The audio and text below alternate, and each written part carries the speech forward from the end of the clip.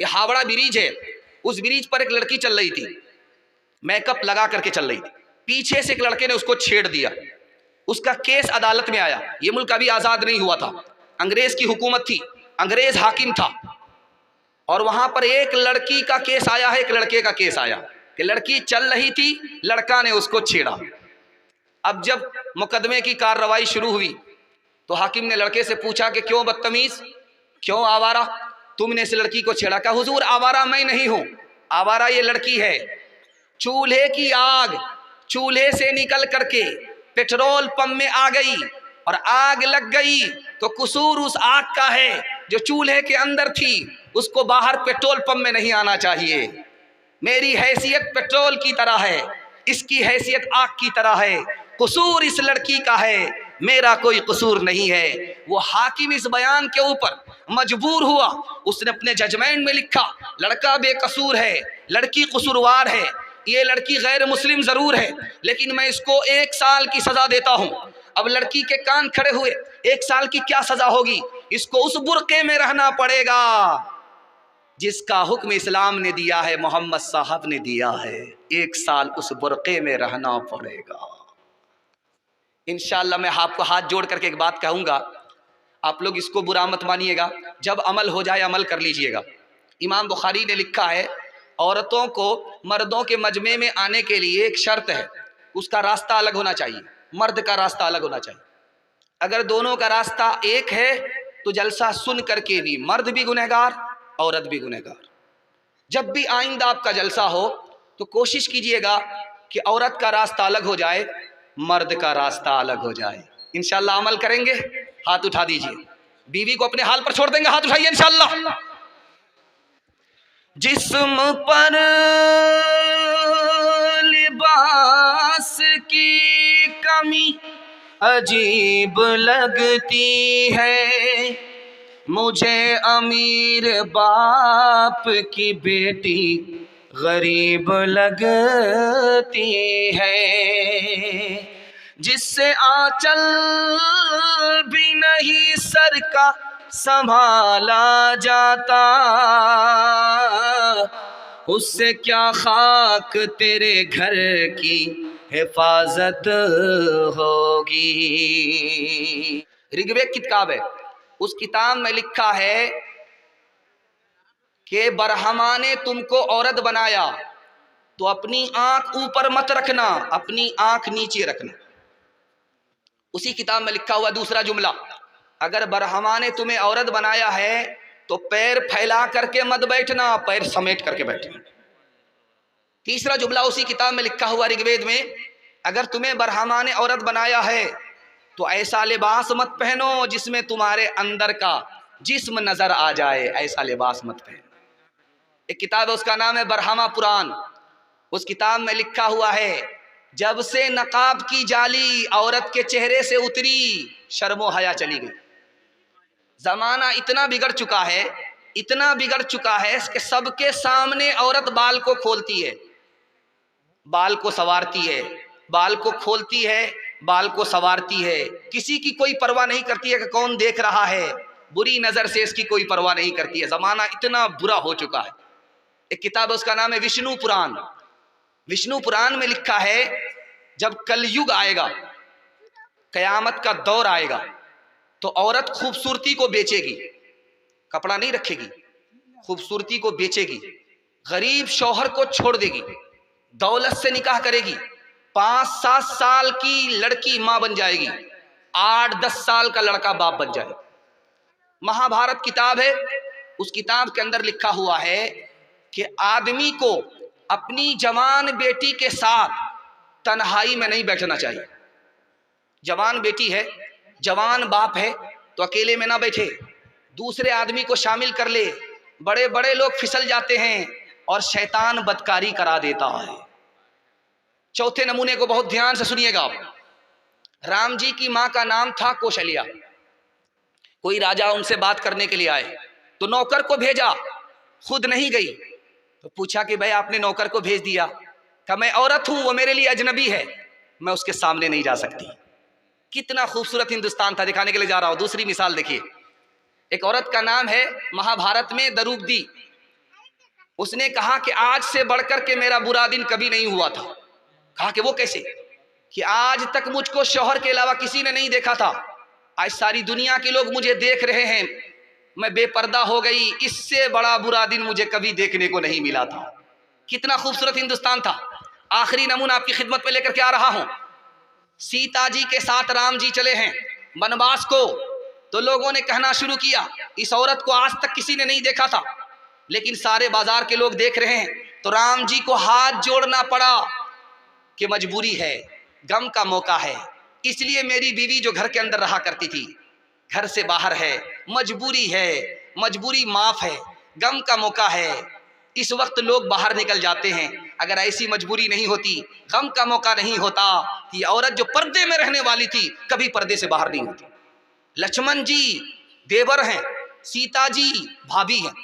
देवर से पूछा जा रहा है कि भाभी का चेहरा देखे हो, कैसी हैं, काली है या गोरी हैं? तो देवर ने कहा वो तो घूंघट डाल करके रहती थी, घूंघट डाल करके रहती थी।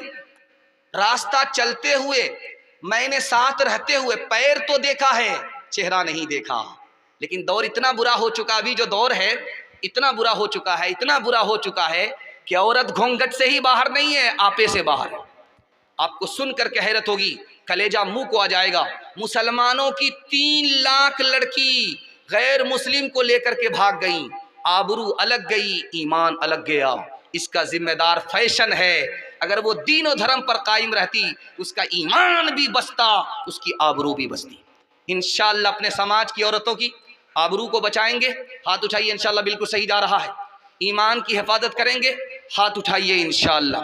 कहाँ गई वो सीता मैया और कहाँ है अब मरियम, भारतवर्ष में जिनके चरित्र पे गर्व किया करते हैं हम, जो अपनी इतिहास भुला दे, आग लगे उस फैशन में, आग लगे उस फैशन में। हिंदुस्तान का चेहरा देखो सच्चाई के दर्पण में, हिंदुस्तान का चेहरा देखो सच्चाई के दर्पण में। अमन की देवी तड़प रही है गांधी जी के आंगन में, गांधी जी के आंगन में।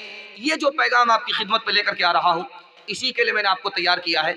आधा से ज्यादा जलसा मेरा निकल चुका है, थोड़ा सा जलसा आपका बाकी रह गया है। औरत की तालीम के हवाले से सुनाने के लिए जा रहा हूँ। जवानों को पैगाम दे करके मेरे हिस्से का जलसा मुकम्मल हो जाएगा। 10 मिनट के लिए आप साथ देंगे, हाथ उठा दीजिए इंशाअल्लाह। सो करके सुनेंगे, हाथ उठाइए इंशाअल्लाह।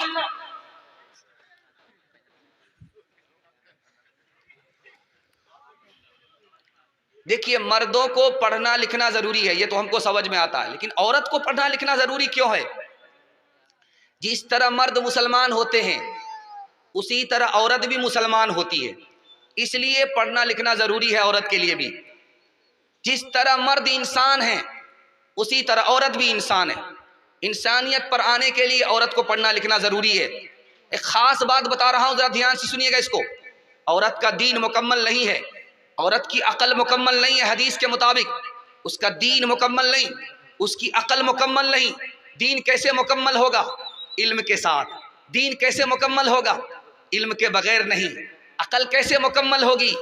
इल्म के साथ। इसलिए औरत को मर्द से ज्यादा इल्म हासिल करना जरूरी है। एक बात याद रखिए, हमारी 2 तरह की बेटी होती है। एक बेटी वो होती है जिसको घर में ही रहना है, घर से निकलना है, घर में रहना है, कहीं बाहर नहीं जाना है। इसको ज्यादा पढ़ाने लिखाने की जरूरत नहीं है, कुरान पढ़ा दीजिए, उर्दू पढ़ा दीजिए, दीनियात पढ़ा दीजिए, काफी है। लेकिन जिस लड़की को घर से बाहर निकलना है, तिजारत करनी है पर्दे के साथ, नौकरी करनी है पर्दे के साथ, उस लड़की को डिग्री दिलाना जरूरी है। एक खास बात याद रखिए, मैं आलिम हूँ, मर्द हूँ, औरत को तालीम करूँगा, औरत को पढ़ने की ज़रूरत नहीं है, ये गलत है। एक मर्द आलिम सारी औरत के लिए काफ़ी नहीं है, क्योंकि चाहे आलिम हो, आलिम से भी औरत को पर्दा है। पर्दे में बहुत सारी बात औरत नहीं पूछ सकती। दूसरी बात, एक घर में सारे लोग आलिम होते नहीं हैं, इसलिए औरत का आलिमा होना ज़रूरी है। और कभी ऐसा होता है कि लड़का भी एक जगह पढ़ रहा है, लड़की भी एक जगह पढ़ रही है। ध्यान से इसको सुनिएगा। लड़का लड़की अगर एक जगह पढ़े, सर सैयद अहमद खान ने कहा लड़की आवारा होगी, लड़की बदचलन होगी एक जगह पढ़ने की वजह से। आपका लड़का 12 साल का है, उसको माँ के साथ आप नहीं सुला सकते, उसका बिस्तर अलग कर दीजिए। आपकी लड़की 9 साल की है, उसको बाप अपने बिस्तर में एक साथ नहीं सुला सकता, उसका बिस्तर अलग। यहां पर देखिए कि एक ही माँ बाप हैं, एक ही माँ बाप की औलाद है। लड़की की उम्र 9 साल हो गई, बाप के साथ नहीं सो सकती। लड़का की उम्र 12 साल हो गई, लड़का माँ के साथ नहीं सो सकता। बहुत जबरदस्त फितना होता है।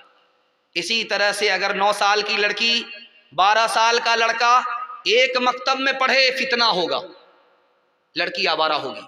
हाथ जोड़ करके आप लोगों से कहता हूं, 9 साल की लड़की को मकतब में मत भेजिए, 12 साल के लड़के को, 9 साल की लड़की को एक साथ मकतब में मत पढ़ाइए, दोनों के लिए अलग इंतजाम कीजिए। लड़का का मकतब अलग, लड़की का मदरसा अलग। एक मिसाल पर पैगाम खत्म कर रहा हूं, जरा ध्यान से सुनिएगा इसको। लड़की जा रही थी रास्ते से, एक मन चला उसको छेड़ता है, ज़य्यन्नाहा लिन्नाज़िरीन, कुरान की आयत पढ़ करके कि देखने की चीज तो ये है जो सड़क से गुजर रही है।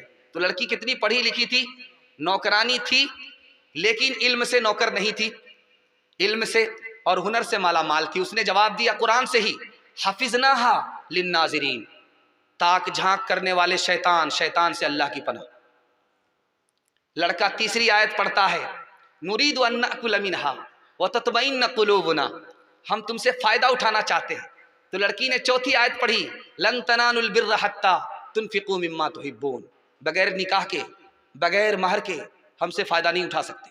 तो लड़के ने अगली आयत पढ़ी, वल्लज़ीना ला यजिदून निकाहा, मेरे पास तो निकाह का सामान ही नहीं है। तो लड़की ने अगली आयत पढ़ी, उलाइका नहा मुबादून, फिर खड़े खड़े क्या देखते हो, चलो दूर हटो। तो लड़के ने खिसिया करके लड़की को बद्दुआ किया, लानतुल्लाहि अलैक, कुरान की आयत पढ़ दिया, अल्लाह की लानत तुम्हारे ऊपर हो, अल्लाह की मार तुम्हारे ऊपर। और लड़की उससे ज्यादा पढ़ी लिखी थी, उसने उसका जवाब दिया, लिज़्ज़करी मिस्लु हज़्ज़िल उन्सैन, मेरे ऊपर तो सिंगल लानत है, तुम्हारे ऊपर डबल डबल अल्लाह की लानत हो।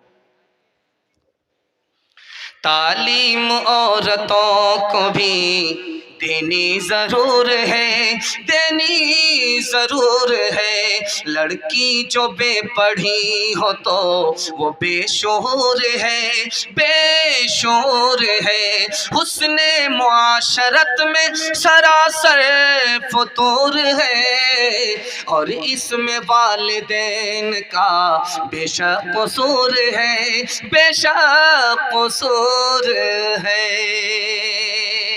नौजवानों के हवाले से 2 पैगाम। नौजवान सुनने के लिए तैयार है? दोनों हाथ उठाइए इंशाल्लाह। बूढ़े लोग गलती से हाथ मत उठाइएगा, आप लोग इस दुनिया में जवान होने वाले नहीं। जलसे में 100 बार भी दुआ होगी फिर भी आप जवान नहीं होंगे। जन्नत में अल्लाह आपको जवान फरमाएगा। ध्यान से सुनिएगा, जल्दी से निकल जाएगा। हजरत हुसैन बैठे हुए, एक देहाती आया, उसने कहा कि मैं आपसे कुछ लेने के लिए आया हूं, कि मेरे सवाल का जवाब दो तो पूरी थैली मिलेगी, अगर पूरा जवाब नहीं दिया तो थोड़ी थैली मिलेगी, जवाब दो मेरे सवाल का। साइल आया है भीख मांगने के लिए। हजरत हुसैन भीख देने वाले सवाल कर रहे हैं कि बताओ सबसे अफजल अमल कौन सा है, नजात कैसे मिलेगी, आदमी खूबसूरत कैसे होता है। उसने फटाफट जवाब दिया कि सबसे अफजल अमल अल्लाह पर ईमान। नजात कैसे मिलेगी, अल्लाह पर भरोसा कर लो। आदमी को खूबसूरत कौन सी चीज बनाती है, या तो माल बनाता है या तो इल्म आदमी को खूबसूरत बनाता है। अगर आदमी काला पैदा हुआ, बदसूरत पैदा हुआ, अब क्या करे उसके लिए। एक बच्चा बदसूरत पैदा हुआ था, आप देखेंगे माँ की मोहब्बत को, कि जिसका बेटा काला होता है उसको 72 मरतबा साबुन लगाती है कि किसी तरह गोरा हो जाए, लेकिन साबुन तो काला हो जाता है लेकिन वो कालिया गोरा नहीं होता। लेकिन उस काले को वो चांद समझती है, उसकी मोहब्बत है। बेटा बदसूरत है, कोई खातिम नहीं ले रहा है, माँ ने नसीहत किया कि बेटा बदसूरत हो तुमको कोई कुर्सी नहीं देगा, बेटा एक काम करो, लोग तुमको तरक्की पर उठाएंगे, कुर्सी पर बिठाएंगे, तुम्हारी जूतियां सीधी करेंगे। तो बेटे ने कहा अम्मा बताओ। बेटा रात दिन एक करके इल्म हासिल करो, इल्म ही वो दौलत है, तुम्हारी जिल्लत को अल्लाह इज्जत में तब्दील कर देगा, तुम्हारे ऐब को अल्लाह हुनर में तब्दील कर देगा। बेटे ने मां की नसीहत को कबूल किया, अमल के कान से सुना, रात दिन एक करके मक्का का काजी बन गया। एक बात याद रखिए, आपका छोटा छोटा बच्चा है, आप उसको अच्छा कपड़ा पहना देते हैं, भूल जाएगा, आपका एहसान नहीं मानेगा। आप उसको अच्छा खाना खिलाते हैं, एहसान मानेगा, भूल जाएगा। आप उसके लिए अच्छा मकान बनाते हैं, वो भूल जाएगा। आप उसके लिए ज़मीन खरीदते हैं, कोई एहसान नहीं मानेगा। आप जाहिल रहे कोई फ़र्क नहीं पड़ता, आप अपने बच्चे को पढ़ा दीजिए, ज़िंदगी भर आपके एहसान को याद रखेगा। एक बात याद रखिए, ये जो आप सुनते हैं हीरा हीरा, हीरा कहाँ होता है? ज़मीन के नीचे के अंदर गड़ा होता है। वो हीरा सोना चांदी से ज़्यादा कीमती कैसे बनता है? उसको चमकाना पड़ता है, उसके कोने बराबर करने पड़ते हैं, और इसका ख्याल रखना पड़ता है कि वो चटक न जाए, इसलिए सोना कीमती होता है। आपको किसान के तरह 4 काम करने पड़ेंगे, आपके बच्चे को अल्लाह हीरा बना देगा। किसान का सबसे पहला काम जानते हैं क्या होता है? किसान सबसे पहला काम करता है, खेत तैयार करता है, चाष करता है, समार करता है, चौकी देता है, बिल्कुल खेत को हलवा बनाता है। ये खेत मिसाल है माँ की, माँ जितनी अच्छी होगी उसकी गोद का बच्चा उतना अच्छा होगा। उसके बाद किसान दूसरा काम क्या करता है? बीज डालता है, मकई का बीज डालता है, गेहूं का बीज डालता है। ये बीज मिसाल है बाप की। बाप जितना पढ़ा लिखा होगा, बाप जितना नेक होगा, उसका बच्चा उतना नेक होगा। तीसरा काम किसान क्या करता है? वक्त पर पानी देता है, वक्त पर खाद देता है। ये वक्त पर खाद, वक्त पर पानी क्या है? आपके बच्चे को स्कूल के वक्त में स्कूल भेजना पड़ेगा, और मदरसे के वक्त में मदरसा भेजना होगा। अभी मकई है, ठीक ठाक है, सारे बच्चे स्कूल में, सारे बच्चे मदरसे में। जैसे ही मकई के कटने का टाइम आया, सारे बच्चे मदरसे से गायब, स्कूल से गायब। कहाँ है? तो भाई कटाई में है, धुनाई में है। वक्त पर जब तक अपने बच्चे को आप पढ़ने के लिए नहीं भेजेंगे, किसान अगर वक्त पर खाद ना दे, वक्त पर पानी न दे, उसको फसल नहीं मिलती। आप अपने बच्चे को जब तक वक्त पर स्कूल नहीं भेजेंगे, मदरसा नहीं भेजेंगे, आपको नस्ल अच्छी नहीं मिलेगी। चौथा काम किसान क्या करता है? फाजिल घास निकालता है, स्प्रे करता है, अथवा बथुआ सबको साफ कर देता है। स्प्रे करता है, अथवा बथुआ सबको साफ कर देता है। अथवा बथुआ मिसाल क्या है? गलत माहौल से आपको बच्चे को निकालना पड़ेगा। बाप ड्राइवर, बेटा खलासी, गाड़ी का नंबर 786, एक नंबर का मोबाइल बाज, रात दिन मोबाइल में लगा हुआ है। अब बेटा देख रहा है, जैसे ही फुर्सत मिली मोबाइल को बेटे के हाथ में आ गया। अब बेटा कहां से कहां पहुंच गया, उसके दिमाग को वायरस लगा, उसके दिल को वायरस लगा, ये बच्चा कभी आगे नहीं बढ़ेगा। कसूर माँ बाप का है, और इल्जाम बच्चे को देना बकवास है। जब आप घर में ढोल बजाएंगे तो बच्चे डांस करेंगे, कसूर माँ बाप का है, इल्जाम बच्चे पर देना बेकार है। ध्यान से सुनिएगा, जल्दी से निकल जाएगा। दुआ करता हूं, कबूलियत की घड़ी है, अल्लाह आपके बच्चे को मुकद्दर का सिकंदर बनाए। ध्यान से रखिएगा, 2-3 बात याद रख लीजिए, कुछ याद रहे या ना रहे बच्चों के हवाले से। जब बच्चा आपका घर में रहे, झगड़ा मत कीजिएगा। बच्चा घर से निकल जाए, कुर्सी फोड़िए, बर्तन तोड़िए, जो तोड़ फोड़ करना है करते रहिए, लेकिन बच्चा जब घर के अंदर रहे, झगड़ा मत कीजिएगा। बच्चा माँ बाप के झगड़े को अगर देखेगा तो निगाह से गिरा देगा, न जवानी में कदर करेगा, न बुढ़ापे में इज्जत देगा।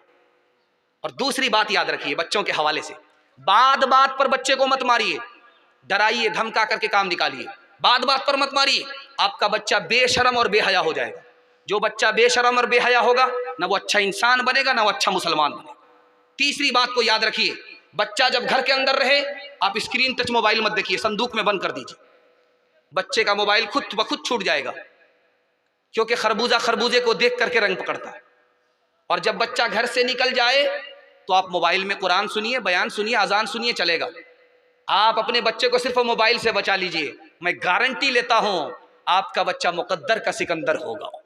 आप खुशनसीब बाप होंगे कि आपका बच्चा दीन दुनिया दोनों की भलाई से माला माल हो। ध्यान से सुनिएगा, हकीम जालिनूस बहुत बड़ा हकीम गुजरा है, ईसा अलैहिस्सलाम के दौर का हकीम है। उससे पूछा गया कि इतने बड़े हकीम आप कैसे बने? कहा, मेरे दोस्तों ने जितना पैसा शराब में बर्बाद किया, मैंने उससे ज्यादा पैसा चिराग के तेल में बर्बाद किया, इसलिए मैं इतना बड़ा हो गया। अब वो कहीं के नहीं रहे। लुकमान हकीम से पूछा, आप इतने बड़े आदमी कैसे बने? कहा, मैंने नाबीना को देखा, वो फूक फूक करके कदम रखता है, टटोलता है पहले, तो मैंने हर काम करने से पहले अंजाम को सोचा, इसलिए मैं इतना बड़ा आदमी बन गया। इमाम गजाली से पूछा, आप इतने बड़े आलिम कैसे बन गए? जो चीज मुझे मालूम नहीं थी वो मैंने हासिल किया, इल्म ने मुझको इतना बड़ा कर दिया। हसन बसरी ताबई हैं, उनसे पूछा कि आप इतने बड़े कैसे हो गए? कहा कि मैं 2 साथी से इल्म हासिल करता था, उनके पास इल्म कम था, मेरे पास इल्म ज्यादा था, इसलिए अल्लाह ने मेरा रुतबा बड़ा कर दिया।